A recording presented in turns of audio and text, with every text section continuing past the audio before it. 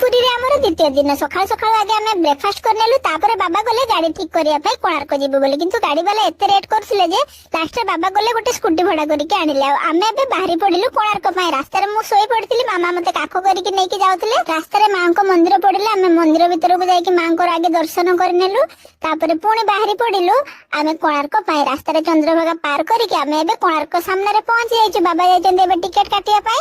ଆଉ ଏବେ ଚାଲି ଚାଲିକି ଆମେ ପଶିଗଲୁ ମନ୍ଦିର ଭିତରେ। ଆଉ ବାବାଙ୍କର ଫଟୋ ଏବେ ମୁଁ ଉଠେଇ ଦଉଛି କ୍ୟାମେରା ମାନେ ସାଜିକି। ତାପରେ ଚାରିଆଡେ ବୁଲାବୁଲି କଲୁ, ବହୁତ ବୁଲିଲୁ, ମଜା କଲୁ। ଆଉ ଏବେ ଆମେ ବାହାରି ଆସିଛୁ କୋଣାର୍କ ମନ୍ଦିର ବାହାରକୁ। ଆଉ ମୁଁ ପିଉଥିଲି କୋଲ୍ଡ ଡ୍ରିଙ୍କ୍ସ।